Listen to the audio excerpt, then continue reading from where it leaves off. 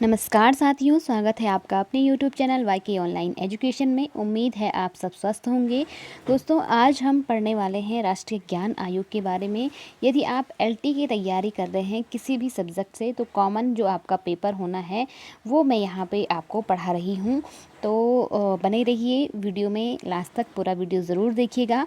और यदि आपने प्रीवियस वीडियोज़ नहीं देखे हैं, जहाँ पर मैंने बहुत सारे वीडियोज़ आपके जो 50 मार्क्स का आपका क्वेश्चन पेपर आने वाला है, उससे रिलेटेड इम्पोर्टेंट वीडियो जो है अपने चैनल पर अपलोड किए हैं, तो आप लोग चैनल पर जाकर के ज़रूर देख लीजिए। LT कॉमन पेपर 50 मार्क्स, इस नाम से ही आपको प्लेलिस्ट में पूरा प्लेलिस्ट का लिंक मिल जाएगा, तो आप लोग देख सकते हैं। और यदि आप हिंदी से LT की तैयारी कर रहे हैं तो भी आप मेरे चैनल से जुड़ सकते हैं। मैंने यहाँ पे उत्तराखंड साहित्य और भी बहुत सारे हिंदी साहित्य हमारा चल रहा है, जिसमें मैं आपके सिलेबस के अकॉर्डिंग इम्पोर्टेंट वीडियो आपको देती हूँ। तो चलिए शुरू करते हैं आज का ये सेशन। यहाँ पे हम पढ़ेंगे आज ज्ञान आयोग, राष्ट्रीय ज्ञान आयोग, जो कि आपके सिलेबस में रखा गया है, तो इसीलिए मैंने इस टॉपिक को उठाया है। तो इम्पॉर्टेंट है दोस्तों, आप लोग कॉपी पेन लेकर के अपने नोट्स बनाते रहिए। देखिए, सबसे पहले अगर हम बात करें राष्ट्रीय ज्ञान आयोग की, तो उस समय जो मतलब इसकी जो स्थापना थी वो 2005 में हुई थी, जब हमारे देश के प्रधानमंत्री डॉक्टर मनमोहन सिंह थे। ठीक है, तो स्थापना 13 जून 2005। तो सबसे पहले तो आपको ये डेट अच्छे से याद रखनी है, केवल सन ही नहीं, डेट भी याद रखिएगा।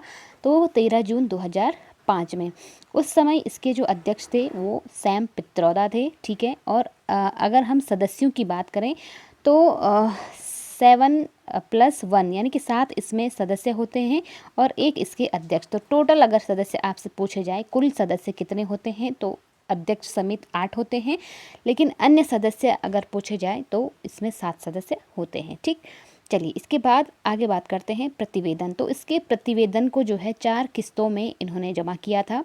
पहली जो है 2006 में, 2007, 2008 और 2009। तो ये 4 किस्तों में कह सकते हैं जो है राष्ट्रीय ज्ञान आयोग का जो प्रतिवेदन था वो प्रस्तुत किया गया था। ठीक, और इसका जो प्रतिवेदन था उसका शीर्षक था राष्ट्र के नाम प्रतिवेदन। इसको भी आप ध्यान रखें कि राष्ट्रीय ज्ञान आयोग का प्रतिवेदन किस नाम से या किस शीर्षक से दिया गया था, तो राष्ट्र के नाम प्रतिवेदन, इस नाम से ये दिया गया था। ठीक है, देखिए दोस्तों, एक और चीज़ मैं आपसे डिस्कस करना चाहती हूँ। कई लोग मुझसे पूछ रहे थे कि मैम क्या आप टीचर हैं या आप क्या करते हैं, मतलब मेरी क्वालिफ़िकेशन, इस तरह से मुझे कई कमेंट्स आते हैं। तो मैं आपको बताना चाहती हूँ कि मैं LT में मैंने 2000 जो अभी इससे पहले जो है 21-22 का जो LT का पेपर हुआ था, तो उसमें मैंने पेपर दिया था, जिसमें मेरे 70 मार्क्स थे, यानी कि सेलेक्ट में हुई थी। हालांकि मेरे 72 मार्क्स थे, लेकिन आपको पता है कि पिछले जो भर्ती थी वो कोर्ट चले गई थी, LT हिंदी की भी, और उसमें 4 नंबर कुल थे, 2 से 4 नंबर, जिन पर कोर्ट में बहस छिड़ गई थी, जिसमें से 2 नंबर कोर्ट के द्वारा मतलब आयोग के द्वारा बाद में डिलीट कर दिए गए थे। तो फिर मेरी नंबर 70 हो गई थी, जो 2 नंबर थे वो मेरे सही हुए थे, लेकिन फिर मेरे 70 नंबर हो गए थे। तो दोस्तों, अभी मैं जो है I mean 70 नंबर मेरी आई थी, तो मैं अभी LT की पोस्ट पर PM श्री विद्यालय, अटल उत्कृष्ट विद्यालय में कार्यरत हूँ। तो आप लोग पूछ रहे थे, इसलिए मैंने बताना उचित समझा। और दोस्तों, साथ ही साथ मैं यहाँ पे आपको बताती रहती हूँ कि किस तरह से आपको पढ़ाई करनी चाहिए। अलग से मैंने अभी तक वीडियो वैसे बनाया नहीं है, शुरुआत में बनाया था, लेकिन किसी दिन मैं सेशन ज़रूर बनाऊंगी कि आपको कैसे एग्ज़ामिनेशन हॉल में जाकर के कैसे आपको अपनी मतलब कैसे प्रिपेयर्ड होना पड़ेगा उस दिन के लिए, अपने माइंड को कैसे तैयार रखना पड़ेगा, कैसे अपने अंदर आत्मविश्वास लाना पड़ेगा। क्योंकि हम लोग जानते हैं कि पढ़ाई तो सब कर रहे हैं, लेकिन उस दिन का जो दबाव होता है, जो स्ट्रेस होता है, वो हर कोई झेल नहीं पाता है, और इस स्ट्रेस के चक्कर में सबसे ज़्यादा गलतियाँ होती हैं एग्जामिनेशन हॉल में, और हम लोग कई बार आते हुए भी क्वेश्चन का आंसर गलत कर देते हैं। तो मैं एक वीडियो ज़रूर इस पर भी बनाऊंगी। अभी तो आपका पेपर जो है पोस्टपोन हो गया है, और अच्छी बात है कि थोड़ा सा आपको टाइम मिल गया है पढ़ने का, लेकिन पेपर के दौरान या अभी कुछ टाइम बाद मैं कोशिश करूँगी कि जल्दी से जल्दी कुछ ऐसे सेशन आपसे आपके बीच लाए जाएं जो आपकी सिलेबस से नहीं बल्कि आपकी स्ट्रेटजी पे हो, जो आपकी रणनीति पे हो कि कैसे आपको पढ़ना चाहिए, कौन कौन सी किताबें आपको पढ़नी चाहिए, कैसे अपने नोट्स बनाने चाहिए और कैसे पूरी तैयारी किस तरह से करनी चाहिए, कैसे टाइम मैनेजमेंट को ध्यान में रखना चाहिए। तो मैं ज़रूर उस पर भी कोशिश करूँगी जैसे ही मुझे समय मिलता है। हालांकि अभी कुछ दिन बाद यानी कि 25-26 से हमारा जो है जून का जो समर वेकेशन है वो होने वाला है, तो पूरा जून का महीना मिलेगा। तो उसमें मैं पूरी कोशिश करूँगी आप लोगों से कुछ ज़्यादा से ज़्यादा वीडियो शेयर करने की। हो सके तो दिन में 2 से 3 वीडियो आपको मिल जाएंगे और प्रैक्टिस सेट भी मैं आपको करवाने वाली हूँ।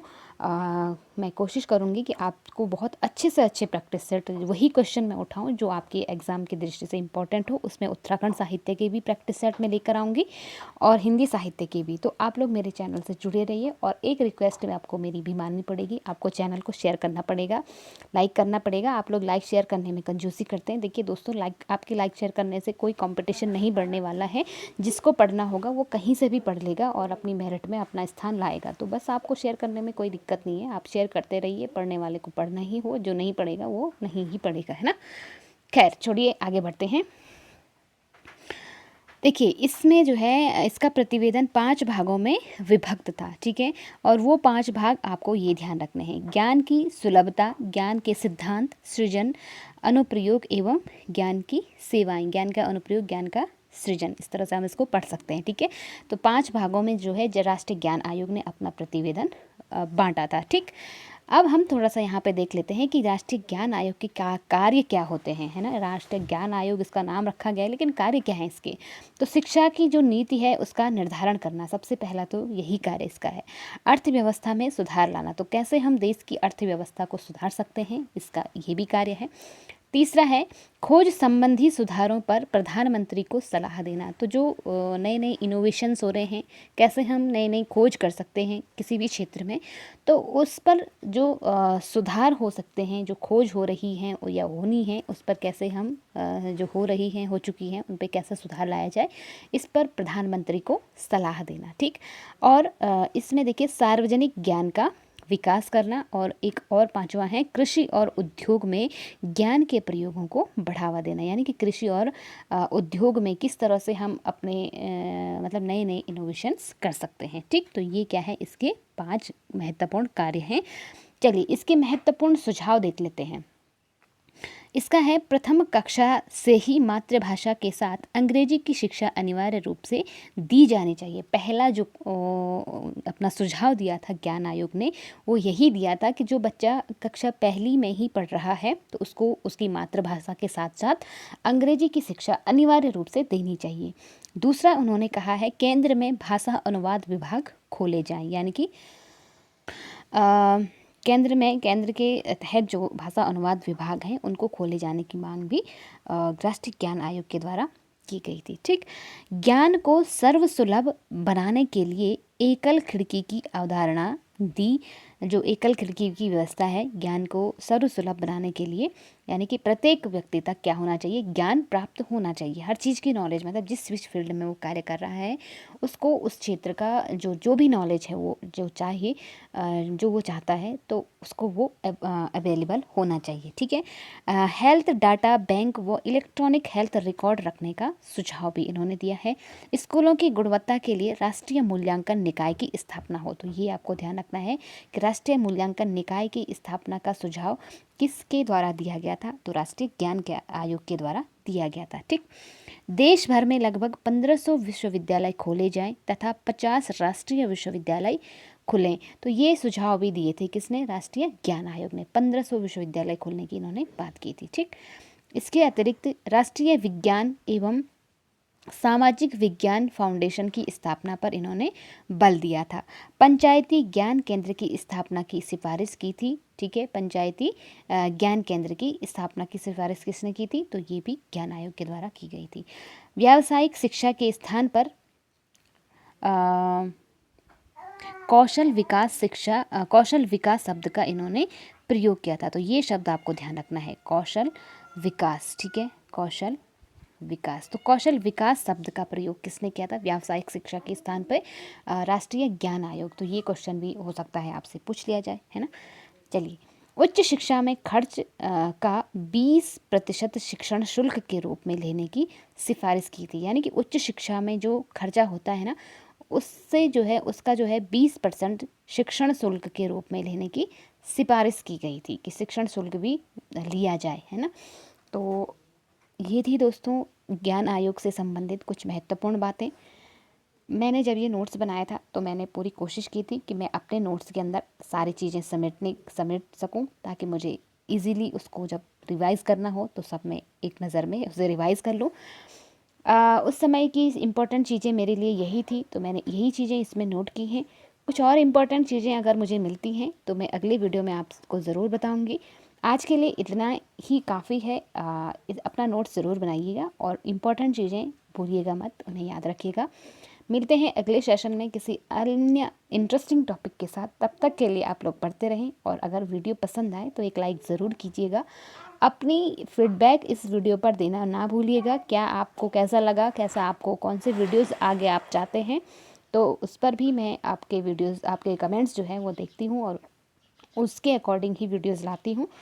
तो फीडबैक ज़रूर दीजिएगा। चलिए, मिलते हैं अगले सेशन में अगले वीडियो के साथ। तब तक के लिए आप लोग पढ़ते रहें, अपना और अपनों का ध्यान रखें। नमस्कार।